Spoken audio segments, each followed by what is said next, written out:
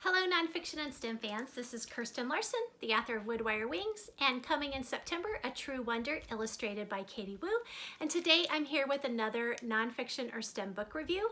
I am reviewing We Are Still Here, Native American Truths Everyone Should Know. This is from Traci Sorell, the much lauded Cherokee writer, illustrated by Frane Lessac. They both work together on We Are Grateful, which has won numerous awards.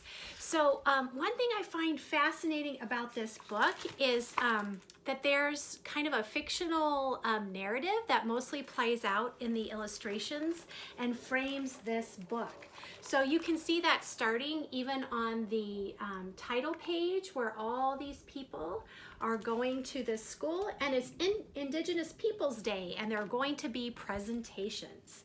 So in this sort of opening where Traci talks about Native history, a lot of things that people have forgotten, she shows us the assignments for the Indigenous Peoples Day project and all the different students who will present different pieces of information. So for example, we see Winona's presentation is on assimilation. And so Traci tells us a little bit about what that means. It meant taking kids away and sending them to boarding schools. It meant outlawing sacred practices for different tribes and punishing people for speaking their own language. And then on every spread, she uses a variation on the refrain, "We are still here." And so each two-page spread goes through one student's contribution to Indigenous Peoples Day and ends with that, "We are still here." And one thing I love is all the information that Frane Lessac includes in her illustrations. For example, I like this one on tribal activism, which, if you go to the back matter, will tell you that this is from a time when Native Americans occupied Alcatraz in protest.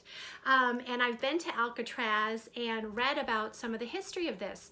So it's not mentioned in Traci's text on this page, but if you go to the very rich back matter, you can find information about the illustrations on every single page, along with a timeline and other resources.